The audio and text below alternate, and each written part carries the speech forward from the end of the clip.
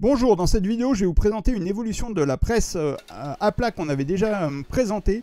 Donc c'était une presse à levier qui permet d'imprimer des gravures en boss ou des typos. Donc ça s'appuie avec un remix des presses qu'on trouve dans le commerce, des presses lino à double levier, sauf que on garde ici une méthode de réalisation très simple et à base de rétup. Donc c'est ce qu'on va voir tout de suite. Donc comment ça marche? Le principe est très simple, on a deux leviers l'un sur l'autre qui permettent de multiplier l'effort. L'intérêt aussi par rapport à notre première presse, c'est qu'on n'a pas de déport d'effort et donc on n'a pas besoin de mettre des longs bras en cornière.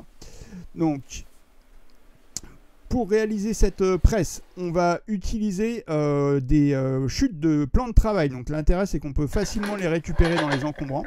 Pour le plan inférieur, j'ai mis 4 pitons avec des anneaux pour accrocher les cordes. Le plateau supérieur, c'est le plateau de la première presse avec la roue. Sauf que là, la roue, lors des premiers essais, la partie plastique a cassé, comme quoi on a un effort assez important. Donc j'ai juste gardé l'axe central, ce qui marche très bien. Sur les côtés, j'ai mis 2 équerres qui permettent de guider le mouvement des leviers. Une corde. Alors pour faire une corde, pour faire une boucle plutôt avec la corde, on va faire un nœud plat.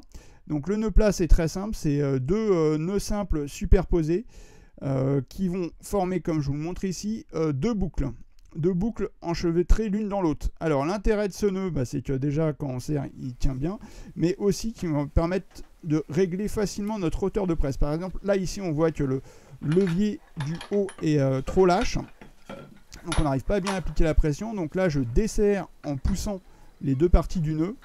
Après je prends un brin, je le tire, ça me permet de réduire la boucle complète que ferme la corde, repositionner le levier et voilà, là on voit qu'on est confort pour appliquer une bonne pression sur l'ensemble de notre surface à imprimer. On a besoin aussi évidemment de feuilles de feutre, de 2 tasseaux.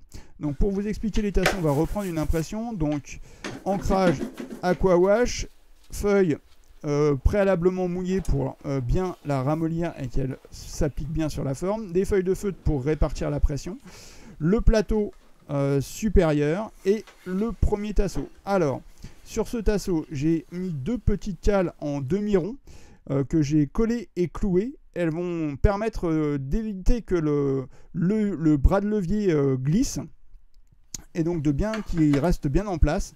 Donc là, je mets le premier demi-rond contre l'axe de la roulette. Je vais pouvoir mettre le deuxième levier. Sur le deuxième levier, j'ai également mis une petite cale en demi-rond avec le même principe et 2 vis. Donc je positionne les 2 demi-ronds à côté, je passe la corde sous la vis et je vais pouvoir appliquer la pression.